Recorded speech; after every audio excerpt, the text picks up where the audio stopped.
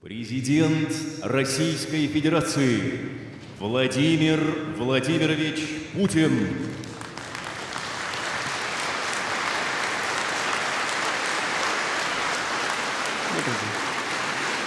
Спасибо большое, прошу. Спасибо. Прошу.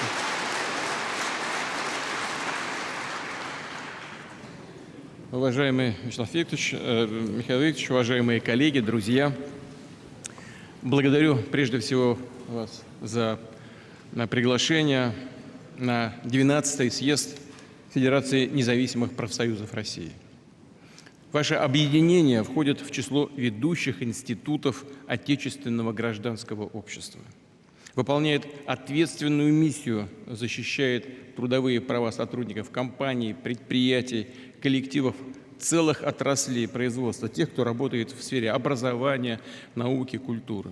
Вы многое делаете для совершенствования законодательства, для гармонизации отношений в сфере занятости. Здесь прочной основой стали принципы социального партнерства государства, бизнеса и профсоюзов. Соответствующая норма, подчеркну, по инициативе профсоюзов, теперь закреплена и в Конституции Российской Федерации. Такое практическое взаимодействие налажено в рамках Российской трехсторонней комиссии. Только за прошлый год она рассмотрела более 100 проектов федеральных законов и постановлений правительства, включая проект федерального бюджета, бюджеты Фонда обязательного медицинского страхования и социального фонда.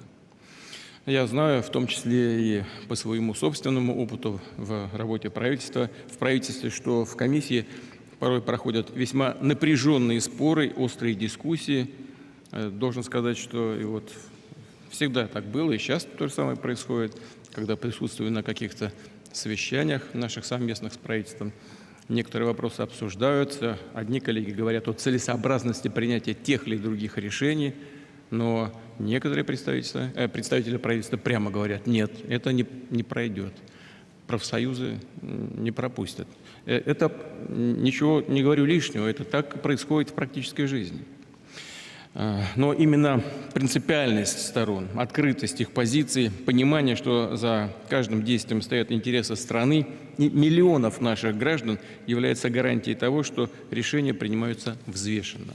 Ну и в практической работе мы с руководителем профсоюза, с председателем, с Михаилом Викторовичем постоянно в контакте по отдельным вопросам, которые представляют наибольший интерес для работников. Но таким вот образом и соблюдается баланс интересов и работников, и бизнеса, и государства. На ближайшее время намечено подписание очередного трехстороннего генерального соглашения между правительством, работодателями и профсоюзами. В числе его приоритетов прогнозирование кадровой потребности стороны, развитие механизмов целевого обучения, популяризация рабочих профессий и повышение социальной защищенности трудящихся. Надеюсь, безусловно, на ваше плодотворное сотрудничество по всем этим направлениям. Тем более, что они являются неотъемлемой частью предстоящей масштабной работы по достижению национальных целей развития. В недавнем послании Федеральному собранию, думаю, вы обратили на это внимание, подробно изложил программу наших действий. Напомню, что она во многом формировалась в ходе встреч с коллективами предприятий, с рабочими, инженерами, управленцами. В ее основе интересы граждан, их право на труд, на достойную жизнь в каждом регионе нашей страны, в каждом городе и поселке. Здесь один из ключевых факторов – это, конечно, доступное, качественное образование, реальная возможность для человека приобретать профессию, хорошую, интересную, перспективную, по душе, а также повышать свою квалификацию на протяжении всей карьеры, всей жизни. Сегодня это абсолютный нарратив, требования времени. Как было сказано в послании, в следующем году будет запущен национальный проект «Кадры». Уверен, профсоюзы примут самое активное, заинтересованное участие в его реализации. Мы продолжим укреплять связку всех уровней образования, налаживать их тесное партнерство с работодателями, имея в виду развитие системы профориентации, которая уже действует в школах страны, и реализацию федерального проекта «Профессионалитет», в рамках которого на базе обновленных образовательно-производственных центров в контексте требований, которые предъявляет и бизнес, будут подготовлены около 1 миллиона специалистов рабочих профессий для отраслей экономики, включая электронику, IT-технологии, фармацевтику, легкую промышленность, судостроение и так далее. В дальнейшем сотрудничество образовательных организаций и предприятий охватит всю систему среднего образования, в том числе подготовку кадров для школ, больниц и поликлиник, для сферы услуг, туризма и так далее. Мы дополнительно поддержим высшие учебные заведения, которые запускают кадровые и технологические проекты с регионами, компаниями реального сектора экономики и социальной сферы. Для них будет продлена программа «Приоритет 2030». И здесь также надеюсь на поддержку традиционно сильных и авторитетных вузовских профсоюзов. В частности, в послании была поставлена задача повысить оплату труда преподавателей фундаментальных дисциплин в вузах. Не нужно, мне кажется, объяснять, насколько это важно. С 1 сентября текущего года в пилотном режиме начнем реализацию этого решения. И прошу обеспечить здесь общественный и, прежде всего, профсоюзный контроль. Чтобы выпускники колледжей, техникумов, вузов были уверены, что получат интересную работу, причем работу по специальности, мы формируем прогноз кадровой потребности экономики. Речь идет о понимании, сколько кого нам нужно будет в экономике, сколько технологов, строителей, конструкторов, педагогов, социальных работников и так далее. Сколько потребуется этих специалистов в стране через 5 лет и на более отдаленную перспективу. И уже на этой основе нужно задавать контрольные цифры приема в учебные заведения, то есть определять объемы подготовки таких специалистов. Прогноз будет регулярно актуализироваться с учетом деловой активности, состояния отраслей экономики, а также ситуации на рынке труда. Здесь отмечу, что благодаря действиям правительства, бизнеса, регионов, профсоюзных объединений мы добились существенного снижения уровня безработицы. Сегодня она на рекордно низких значениях, меньше 3%. И вот динамика хорошая. В 2023 году безработица в России впервые опустилась ниже 3, как я уже сказал, процентов, составила 2,9%. А в феврале текущего года снизилась еще до 2,8%. Это один из важнейших показателей состояния экономики в целом. При этом, подчеркну, с учетом демографических вызовов, в ближайшие годы экономика России будет испытывать высокую потребность и даже дефицит кадров. Это абсолютно точно. Это мы должны понимать, мы с этим будем жить в ближайшие годы. И в этих условиях критически важно повысить производительность труда, модернизировать промышленность, АПК, сферу услуг, многие другие отрасли экономики и социальной сферы с помощью цифровых технологий, автоматизации производства и управленческих процессов, современных управленческих процессов, что в свою очередь должно прямо вести к улучшению условий труда специалистов, к повышению их доходов. В этой работе должны помочь отраслевые центры компетенций, где будут обобщаться и тиражироваться лучшие практики бережливого производства. Мы продолжим создание таких центров по всей стране.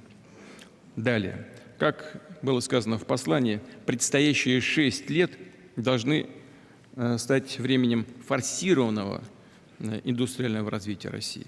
На нашем внутреннем рынке должна увеличиваться доля отечественных товаров, оборудования, станков, транспортных средств, лекарств, потребительских товаров и так далее.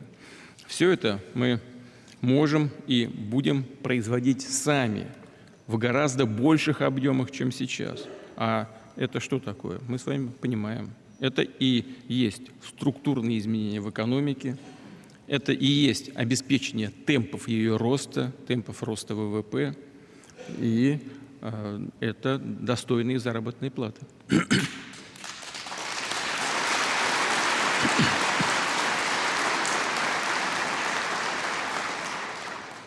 у нас выбора большого нет. Или надо завозить рабочую силу из-за границы, или повышать производительность труда.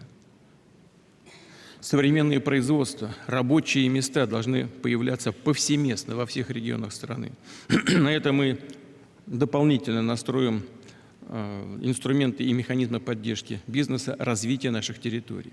При этом меры стимулирования инвестиций будут увязаны с повышением зарплат сотрудников, как я уже сказал, с улучшением социальных пакетов, включая качественное здравоохранение и отдых специалистов.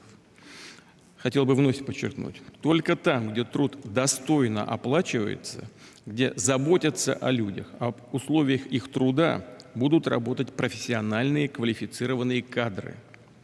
Будет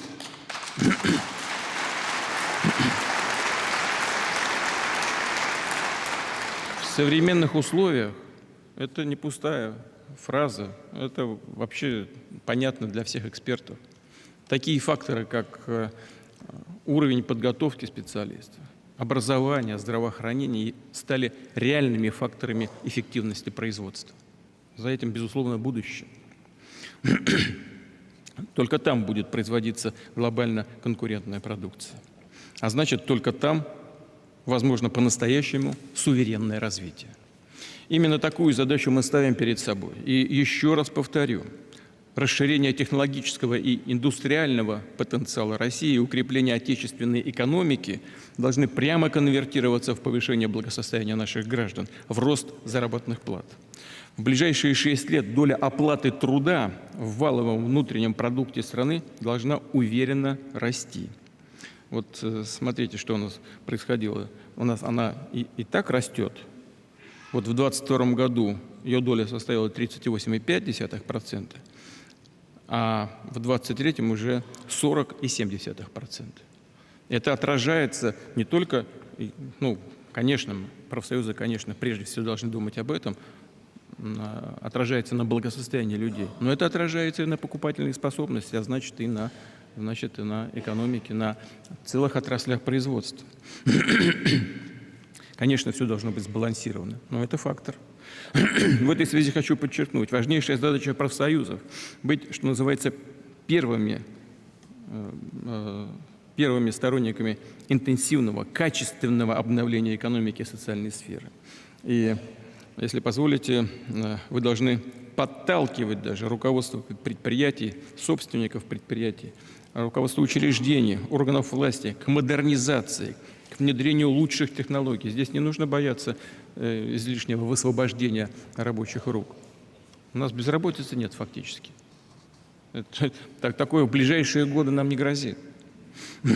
Потому что именно такая работа и такие изменения, они в целом, безусловно, отвечают интересам граждан России.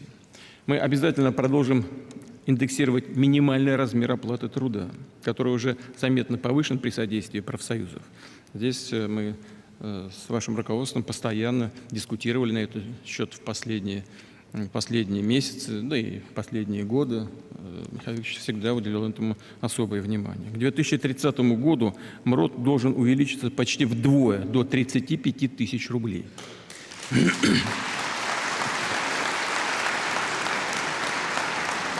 Что, безусловно, вы знаете, все эти механизмы позитивно отразится на реальных заработных платах и в экономике, и в бюджетной сфере. Кстати, правительство имеет поручение уже в следующем году в рамках пилотных проектов в регионах отработать новую модель оплаты труда бюджетников, включая работников образования, здравоохранения, культуры и научной сферы. Это сложная работа, она капиталоемкая, но, конечно, она нужна. И я очень рассчитываю на то, что в таком позитивном, зрелом диалоге с профсоюзами мы найдем решение. Важно добиться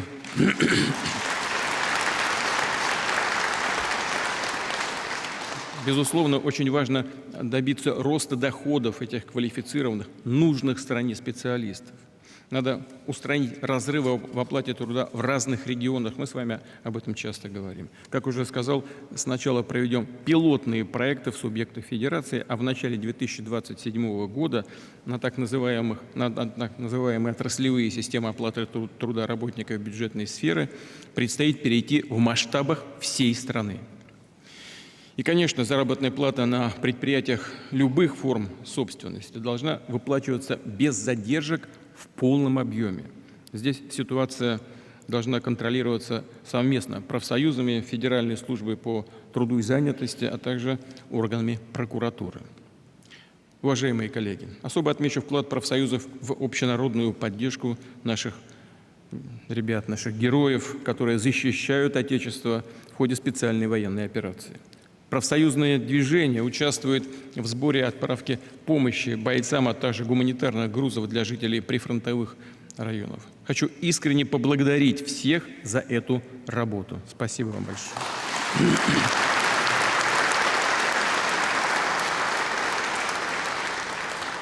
В том числе хочу слова благодарности выразить и тем, кто сейчас, по сути, возрождает систему профсоюзов защиты интересов прав трудящихся на наших исторических территориях Донбасса и Новороссии. Это сложная работа, и непростая, и опасная иногда, очень нужная. Спасибо.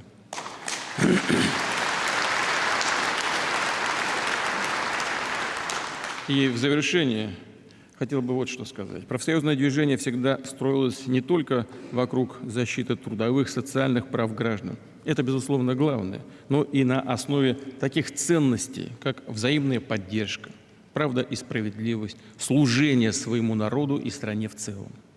Наша общая с вами задача, чтобы эти ценности в полной мере разделяли и будущее поколение России, чтобы у сегодняшних школьников, студентов, молодых ребят, что называется, с учебной скамьи формировалось уважение к честному, ответственному труду, чтобы они росли на примерах наших выдающихся соотечественников, представителей трудовых династий.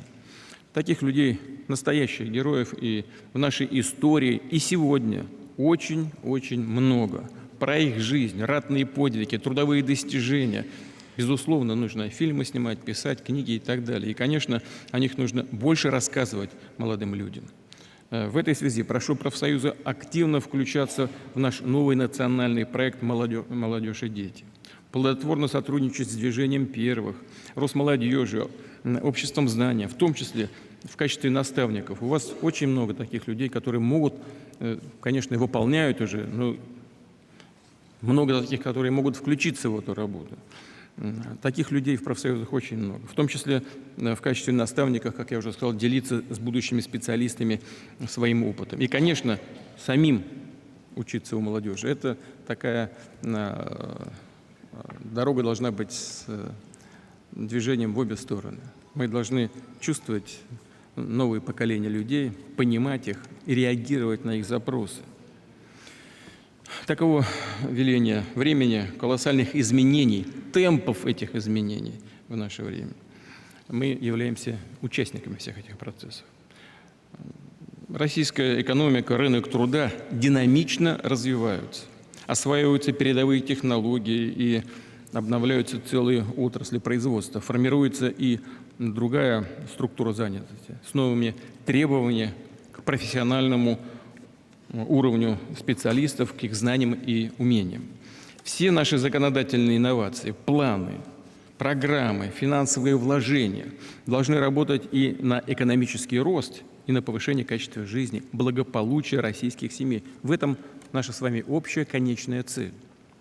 То есть каждое наше решение должно быть не только выверенным, эффективным, финансово обеспеченным, оно должно быть справедливым по отношению к людям, менять их жизнь к лучшему.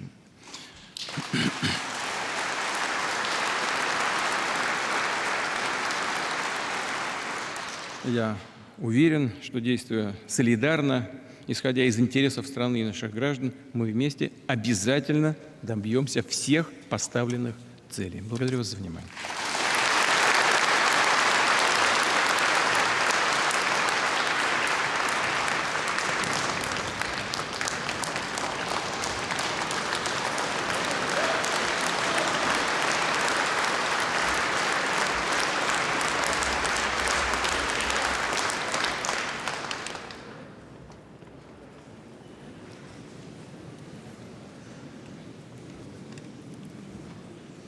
Уважаемые товарищи, уважаемый Владимир Владимирович, вчера, в первый день съезда, был представлен подробный отчет Генерального совета ФНПР съезду.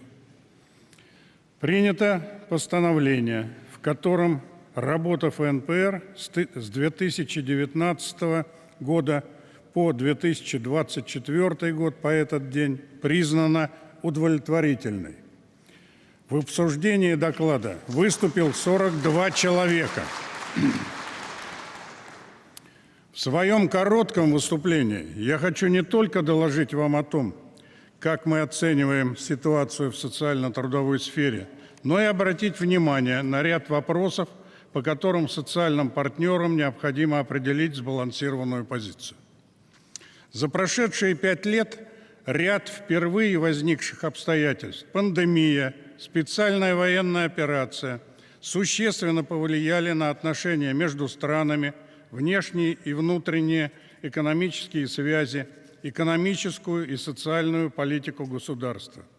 Ускорились высокие темпы цифровизации деловой жизни и экономики.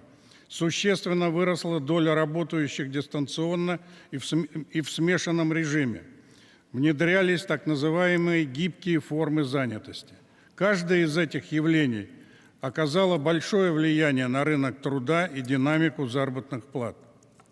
Несмотря на рекордное количество санкций, российская экономика выдержала давление и продемонстрировала экономический рост, что подтвердил вчерашний отчет правительства в Государственной Думе. Наши враги рассчитывали, что экономическое давление приведет к социальным проблемам. А те, в свою очередь, расшатают общество, выведут часть людей под руководством кукловодов на улицу. О таком желаемом развитии событий говорилось в открытую, но этого не произошло.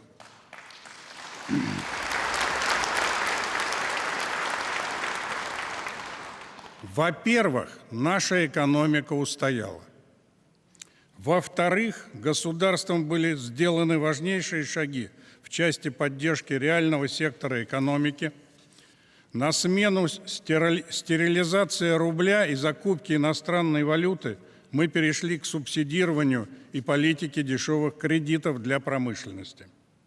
Выяснилось, что постиндустриальная эпоха еще не вполне наступила, и кроме виртуальных цифр нужны станки, металл, зерно, уголь и нефть и так далее. В-третьих, в целях сохранения социальной стабильности и своевременного решения возникающих проблем важную роль сыграли рабочие отношения между социальными партнерами, государством, бизнесом и профсоюзами. С 2020 года, после внесения в главный закон страны, Конституцию, поправок, исполнение принципов социального партнерства носит обязательный характер.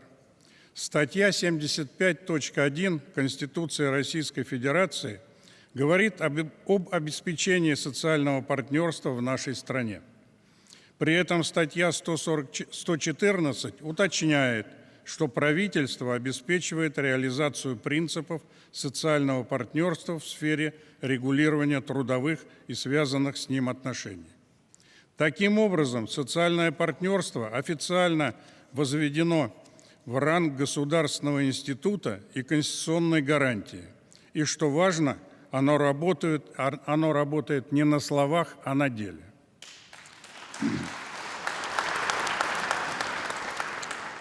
Основным документом социального партнерства в общероссийском масштабе является Генеральное соглашение между общероссийскими объединениями профсоюзов, общероссийскими объединениями работодателей и правительством Российской Федерации, о чем вы, Владимир Владимирович, только что совершенно справедливо сказали. Ответственность за его выполнение несут стороны Российской трехсторонней комиссии. Заседания РТК проводятся ежемесячно. За последние 5 лет было рассмотрено более 450 насущных социально-экономических вопросов. Нужно сказать и о проблемах. Хотя социальное партнерство является конституционной гарантией, его принципы нередко игнорируются как работодателями, так и органами государственной власти. Некоторые полпреды в округах, федеральные министерства и самостийные работодатели открещиваются от социального партнерства, закрепленного на бумаге в виде соглашений. Это якобы не входит в их зону ответственности. В связи с этим есть предложение. Во-первых, положения о министерствах должны быть дополнены поручениями о развитии социального партнерства в отрасли. Мы надеемся, что новое правительство сделает это.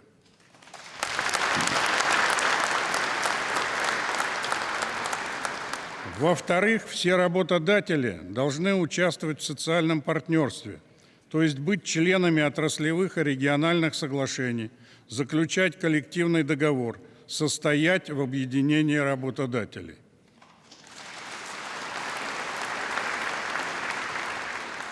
В России сегодня среди предпринимательских объединений только одно объединение работодателей – это Российский союз промышленников и предпринимателей. Поэтому все работодатели, по нашему мнению, должны состоять в РСПП или его региональных отделениях, иначе они не могут быть сертифицированы как работодатели со всеми вытекающими последствиями.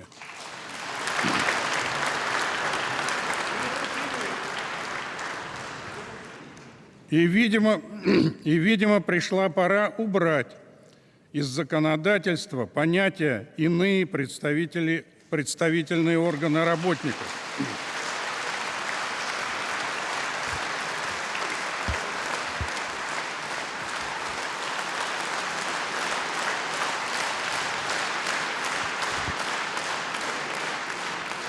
которые применяются в статьях о коллективных договорах. Все делают профсоюзы, а никаких иных представительных органов работников на практике не существует.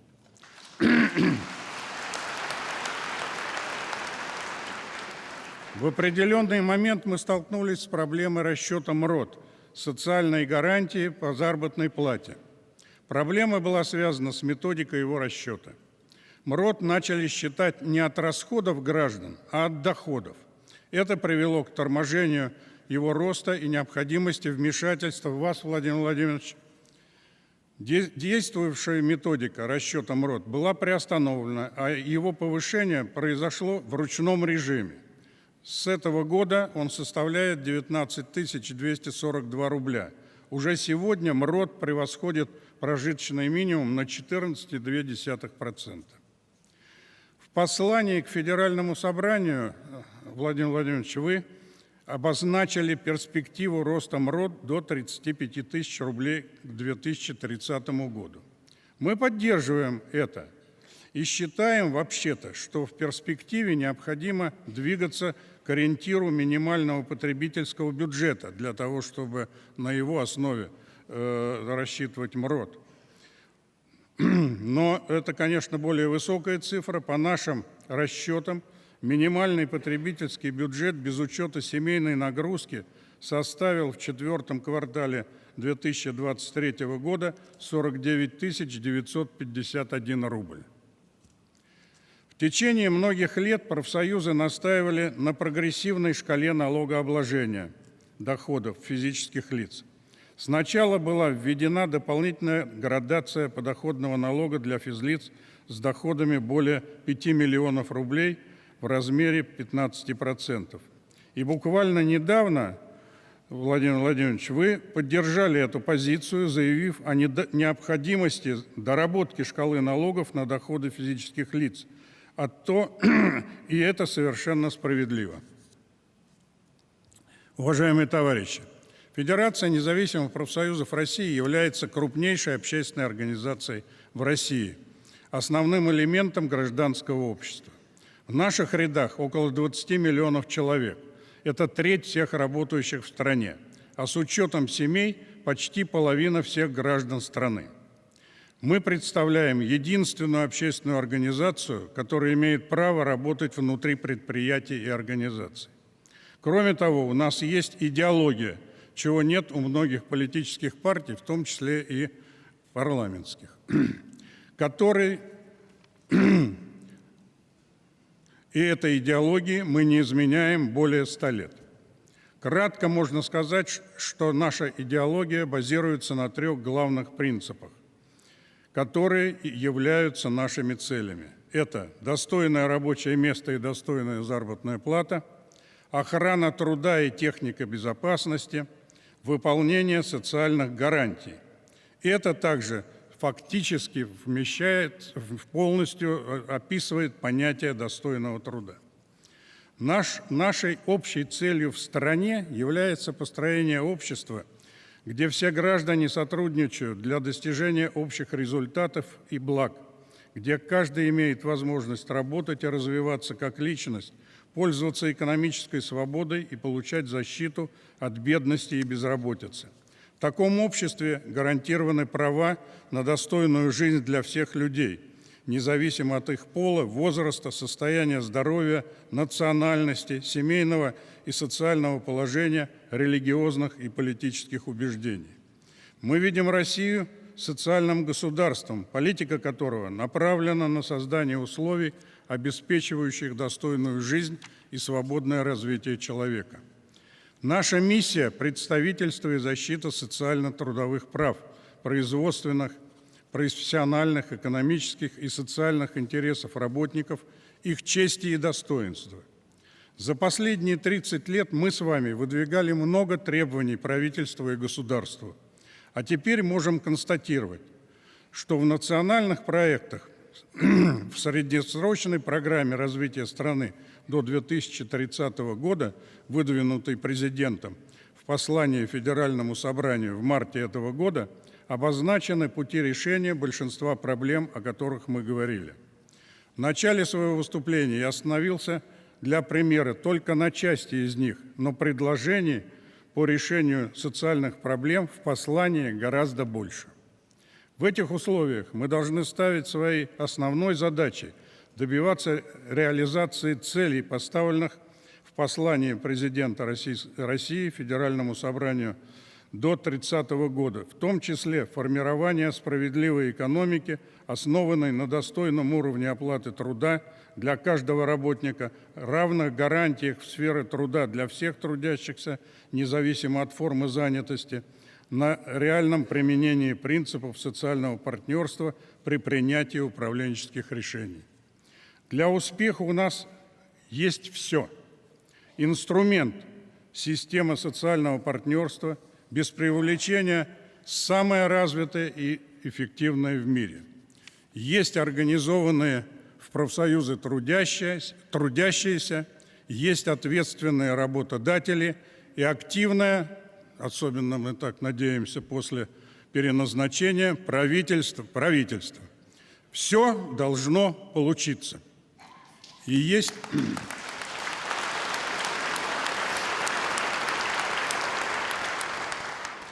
еще один фактор – стабильность в обществе.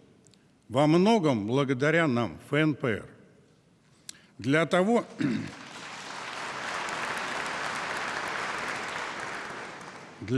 чтобы корабль был остойчив, как говорят моряки, или устойчив, при бурях и штормах у него должны быть стабилизирующие элементы и устройства.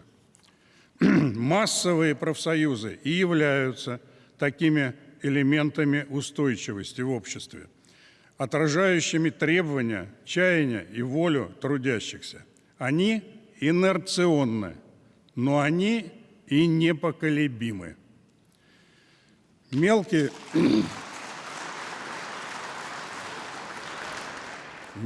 профсоюзы напоминают гидроциклы и маломерные суда, которые могут легко менять курс и крутиться на месте,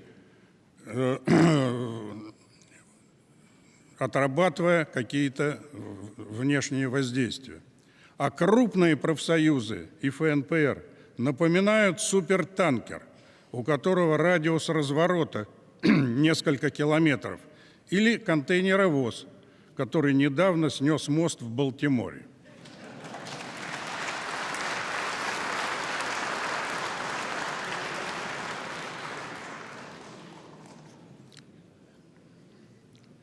И мы осознаем эту миссию. Позволю себе обратиться к словам русского поэта, написанными 100 лет назад, но актуальными и сегодня.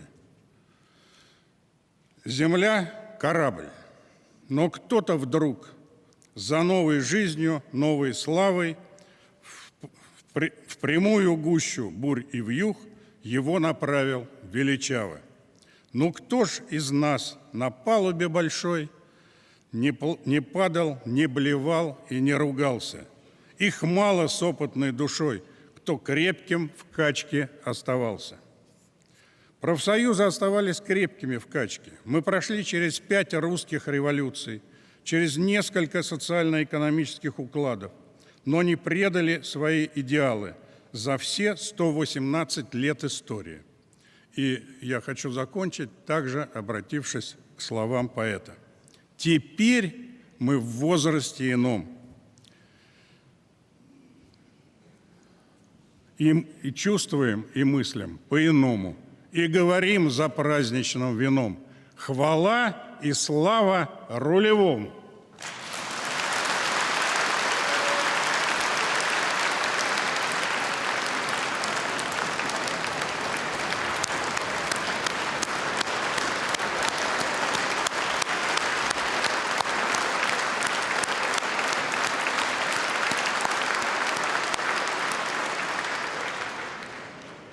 У нас все получится. Мы победим.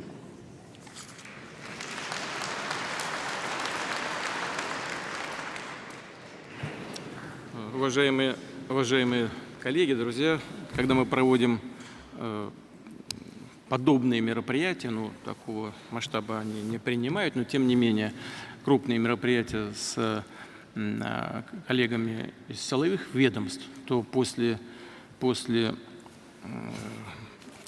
нескольких докладов общего характера пресса удаляется, и у нас уже идет такой более предметный, откровенный разговор по соответствующим сферам ответственности. Ну, в данном случае так не получится в силу специфики вашей работы, но тем не менее, я что бы хотел сказать в завершение.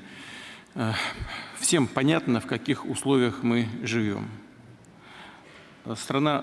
Нас поставили в условиях, когда страна вынуждена защищать свои интересы вооруженным путем, своих людей, свое будущее, свой суверенитет.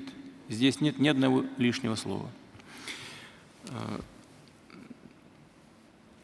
И важнейшим условием нашего общего успеха, я сейчас только руководитель профсоюзов об этом сказал достаточно ярко и эмоционально, является единство российского многонационального общества. Это главное, базовое условие нашего успеха.